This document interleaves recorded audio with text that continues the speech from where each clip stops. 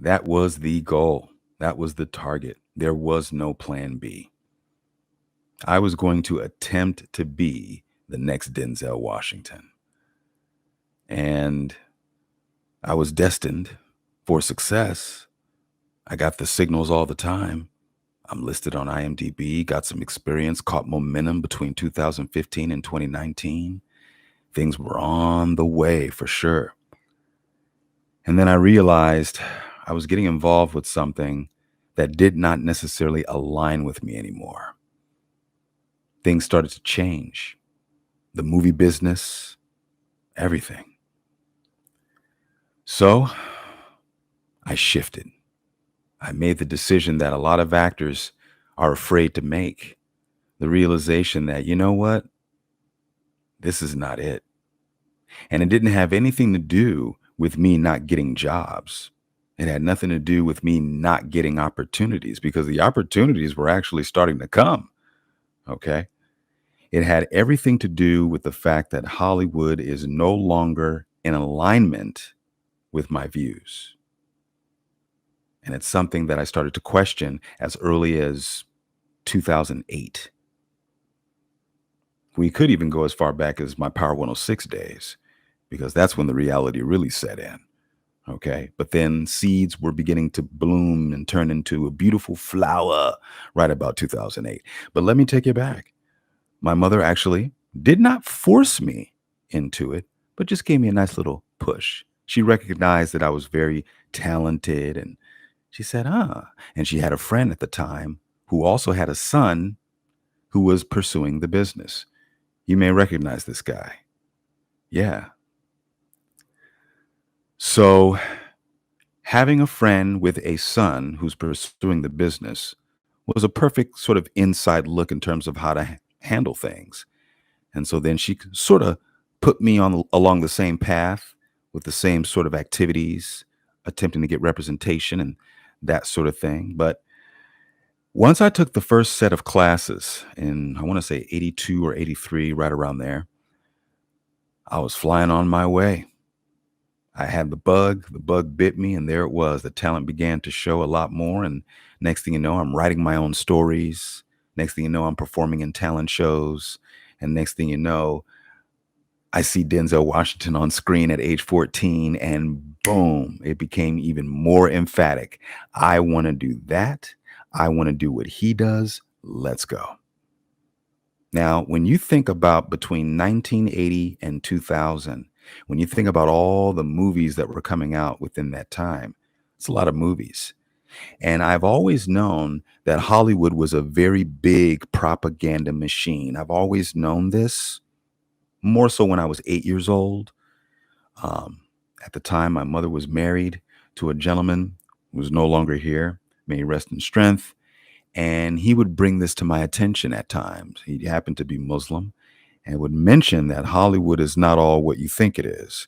And I was kind of like, kind of blew it off. But then as time went on, yeah, their relationship didn't pan out, but the seed was planted in terms of that overall message.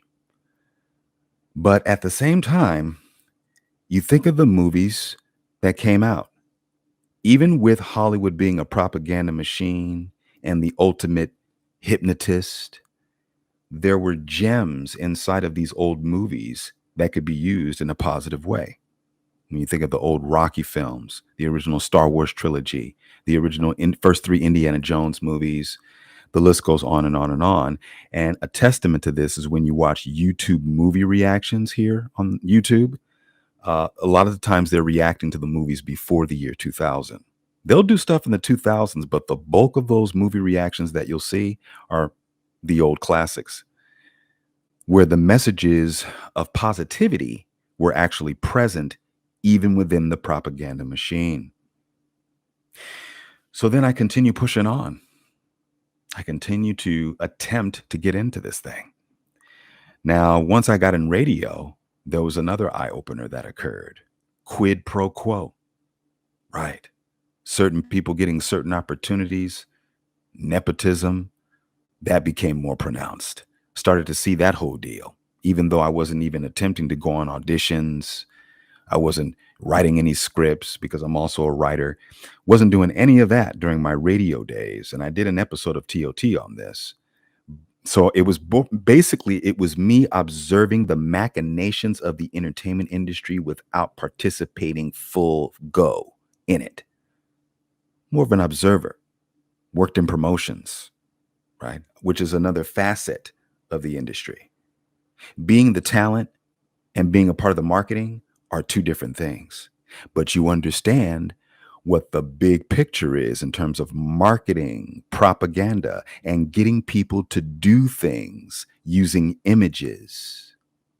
That idea became more pronounced in my mind. 7 years in radio, you see this.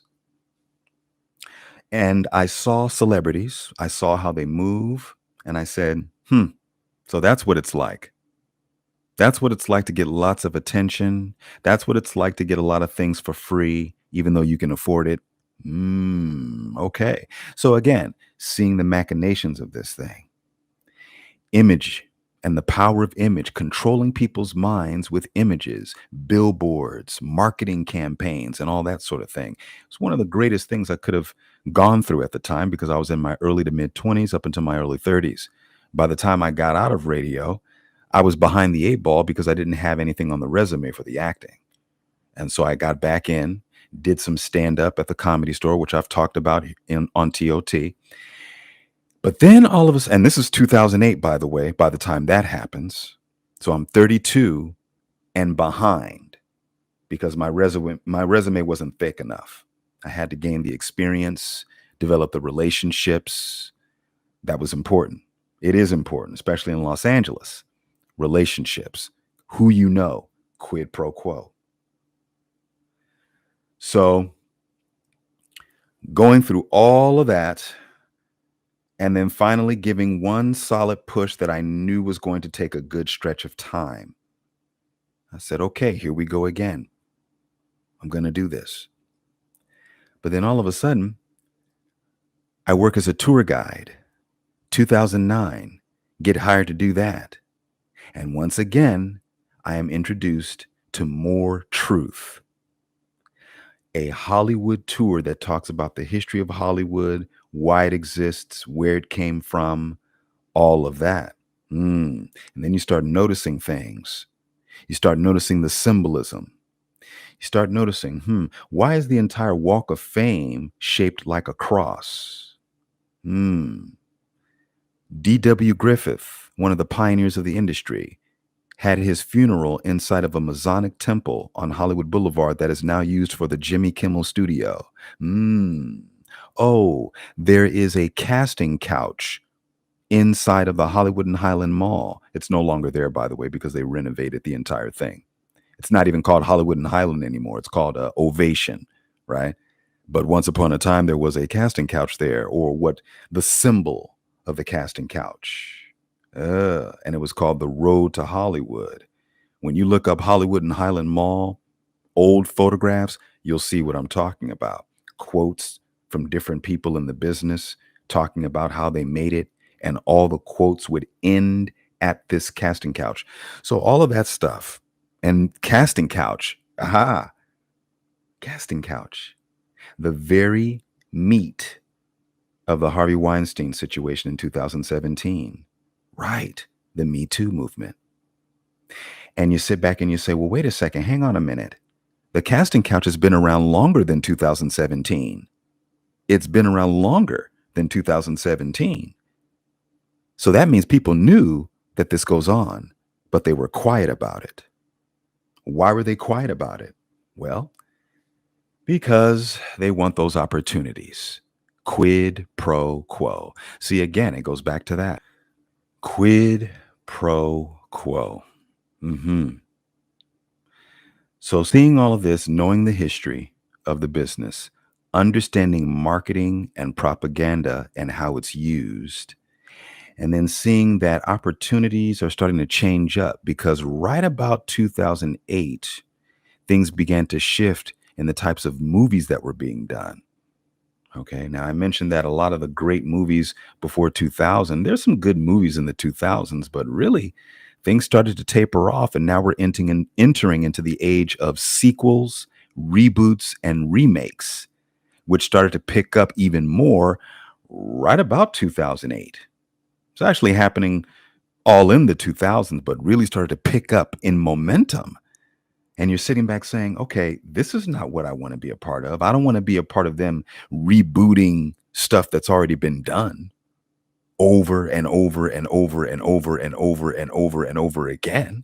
No, that's not, no. The thing that drew me to Hollywood in the first place is the fact that they had original ideas. Okay. Even though some were based on older films or older books, for the most part, stuff that hadn't been done on screen before. Plus, there was a slight little sprinkle of goodness in there. Okay. But now all of that is being removed. And they went woke. Identity politics sprinkled into every damn movie. And let's make all the men look stupid. Why? Because we are now in the phase of women empowerment. So now all of the movies have to be kind of geared toward that or focused on that. Men should not be masculine. We're going to emasculate the man with all of the characters. We're going to take all the movies from before that had strong male characters and just switch them female. That's what we'll do. We won't come up with original stories with female characters and develop something like Aliens, Terminator. Right. We won't do that. We won't do a Princess Leia character or an Ellen Ripley or a Sarah Connor. We won't do that. We'll just take all the male characters and flip them female. That's what we'll do. Right. And then comes the quota. We got to make sure that we have this group of people, this group of people, this group of people, this group of people, this group of this group of this group of this group. What the hell is going on here? So all of that picked up in momentum. And I'm sitting back looking at this like, oh, no. This is not what I want to be a part of. Do I want to be a part of this? So you mean to tell me that I'm going to have to sell my soul and turn into this pretentious, pompous individual that's all about me? And on top of that, I'm going to have to push political agendas and identity politics and social justice with every character that I play and every story that I write. And then on top of that, I can't tell the truth? Interesting. That's what I'm going to have to do? That's what I'm going to have to do. Oh, no. That can't be. No. That. I'm good. I'm good on that. Now, mind you, right around 2018, I said I was going to give it 4 more years. By 2022, I said, you know what? I'm done. Funny enough, 2020 hits and we're all shut down inside of our homes doing some very deep thinking. So 2022 comes in and I say, okay, that's it. I will no longer pursue this thing called Hollywood. A lot of people come to Los Angeles to pursue this. They give up their lives in Alabama and Texas or wherever. A lot of people have done this. Of course, nowadays it's spread all over the place. You got the new Hollywood in Austin, Texas, some people say. You got Georgia, has been on the rise for a long time. Okay, it's all over. It's everywhere else now. The movie industry is no longer just about LA and California. But as a whole, if that's what they're going to do, no thanks. So it was a tough decision to make because, again, you have to look at how long you go at something, right? Your entire life becomes that pursuit. Everything you do is for that. There is no plan B, which is a dumb decision, by the way, but that's exactly what happened. So now you reroute and have to come up with a new plan. But the thing is, I thought back to, well, why was I really trying to be an actor in the first place? And the reason was not to be in the limelight. It wasn't even about stardom. It wasn't about having access to things or getting all these accolades. It was about putting a message through art, a message of what? elevation, belief in self, using your gifts, love, family, the strength within. Funny enough, I have a series like that on YouTube. Those were the ideas, whether it be in the character, the theme of the story, um, basically in the same vein as a Rocky film or as an Indiana Jones film, the first three, that sort of thing. The hero's journey, like Luke Skywalker. Yeah, that kind of stuff. The stuff that inspired me as a kid. That stuff is not being created. That stuff is not being done the way it was done before because they have an agenda. And the agenda is real and it's everywhere. All you have to do is look at the billboards. All you have to do is look at the ads, the media, everything. When you pay attention, once you know the truth, you can't unsee it. And having worked in marketing for 9 years, part of that with a radio station, okay, and then becoming a tour guide 14 years, right? Talking about the history of Hollywood, it really puts a lot of things in perspective and you start connecting a lot of dots. So there you go. So with me processing all of that information, I said, okay, well, is there another way to do what I want to do? Is there another way to give a strong message of elevation? Is there another way to do it? Do I have to do it in the vein of a Denzel Washington or a Robert De Niro? Is that the only way to do it? No, that's not the only way to do it. So there you go. The Hollywood pursuit comes to an end in 2022. Now, you may wonder, okay, does that mean that you're never going to act again? No. The industry would have to flip back into what it used to be in terms of stories, concepts, positive messaging, strength. Because believe me, movies before 2000 had all of those things. All right. Even with propaganda being featured. I have to be a complete flip to what it was in order for me to say, yeah, let me do that. Because if not, if it continues to go in the direction that it's going, then I won't be turning back. I won't even be. They are a ghost to me right now. So here I am on YouTube talking to you, giving a message of elevation. Right. Some people do not come to that conclusion. They don't come to that decision. They don't have the courage to look inside and say, you know what, this is a mistake. I need to reroute. That's a tough thing to do for some. There's a lot of actors who they've been at it for 8 years, 10 years, 15 years, and nothing has happened, and they haven't let it go because they see Hollywood as the end all be all. They're not. They used to be the gatekeepers of a lot of things, but that's changing now thanks to YouTube and other methods. The mainstream media is eating itself alive thanks to all the stupid decisions that they're making, right? So there's more than one way to get a message out now. And people are starting to realize these celebrities are not all what they are. In fact, who are they without Hollywood? Who the hell are these people without Hollywood? Are they really anybody? Do they even have a soul? Do they even care about anything? You see? So it